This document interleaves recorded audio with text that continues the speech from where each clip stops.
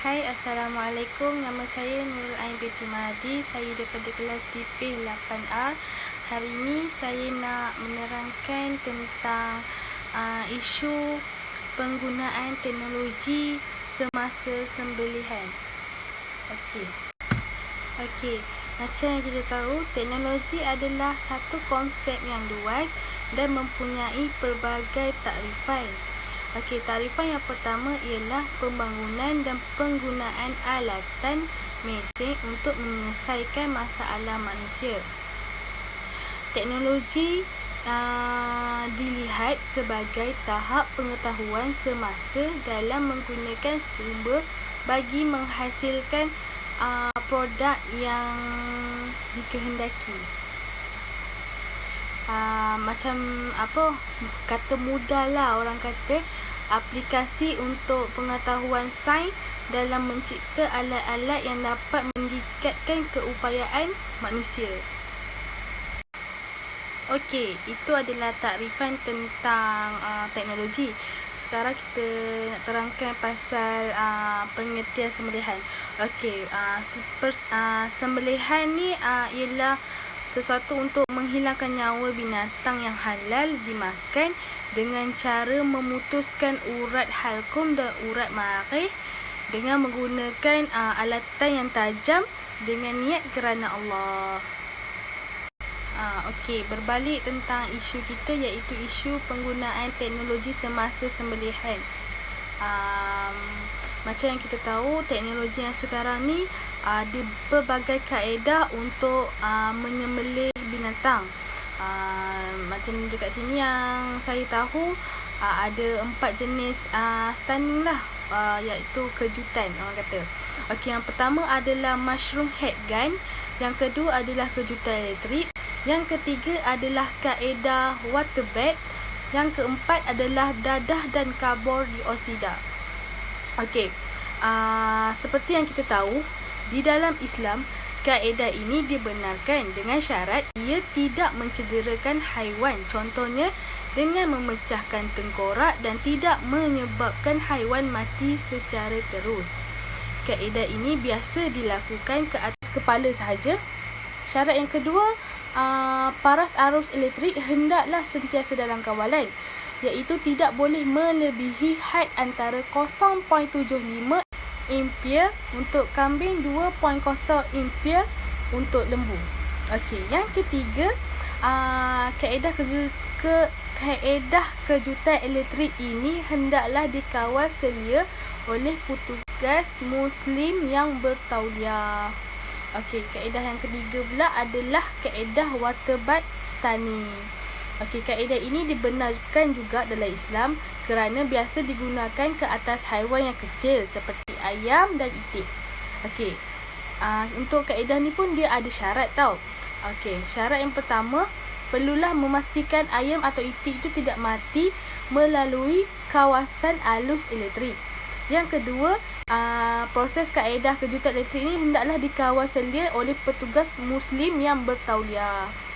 Kaedah yang keempat adalah dadah dan karbon dioksida.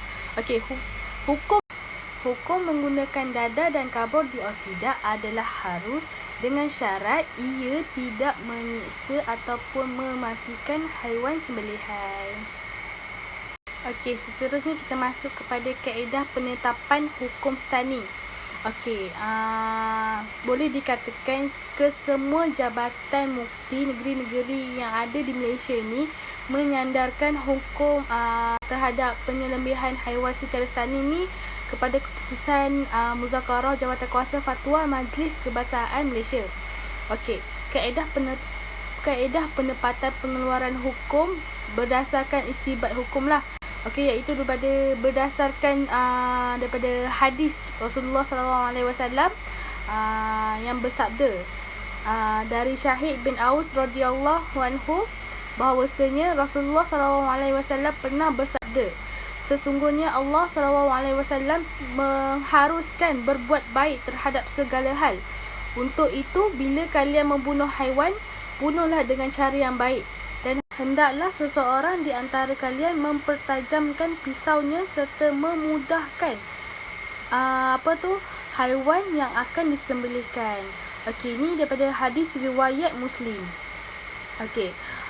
Yang keduanya, proses penetapan hukum, istilah hukum juga tentang kaedah stan ini juga diambil kira dari segi pandangan ulama, iaitu kontemporari yang tersohor, iaitu Syekh Wahab Al-Zahaili, mengenai tata cara penyembelihan dan alat-alat moden yang menyatakan bahawa tiada halangan untuk menggunakan apa jua kaedah yang melemahkan pergerakan haiwan dengan cara tanpa menyiksa terhadap haiwan.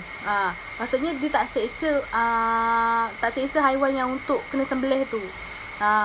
Okey. Untuk itu daripada Wahabah Az-Zuhaili. Okey.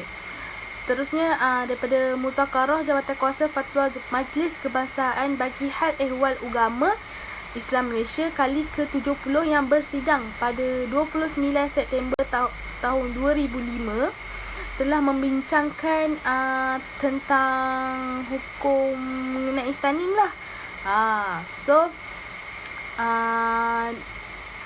Kat sini ulama-ulama telah berpendapat bahawa setelah haiwan itu disembelih dan sebelum haiwan tersebut mati, daripada mengalami hal-hal yang menyebabkan kematiannya seperti masuk dalam air atau tertimpa sesuatu di atasnya, maka haiwan tersebut tidak halal dimakan. Maksudnya dekat sini contoh sebenarnya dia dah mati lemas. Dia dah mati lemas ke ataupun ada sesuatu benda yang berat tertimpa atas kepala dia, tiba-tiba mati. Itu dah jadi bangkai lah, kiranya haram untuk dimakan. Okey, seperti yang diriwayatkan oleh Ibnu Mas'ud bahawa barang siapa yang melempar burung untuk memburu kemudian jatuh ke air tenggelam, maka janganlah dimakan kerana tenggelam boleh menjadi sebab kematian haiwan tersebut.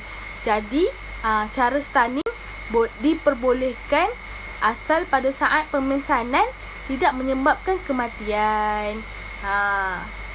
Ini adalah diharuskan sebenarnya selagi mana dia selari dengan tuntutan syarak dan menepati konsep halalan thayyiban. Okey. Melalui kajian ini, isu sembelih dengan kaedah stunning ini dapat diketahui dengan jelas dari segi penempatan hukum lah. Okey, kajian ini boleh memainkan peranan yang penting bagi menyelesaikan masalah isu-isu yang berbangkit supaya daripada situ manfaat yang melakukan stunning ni besar sebenarnya, sebab dia boleh mempraktikkan konsep dalam penyembelihan seperti kiranya dia jimat masa dan boleh buat banyak lah.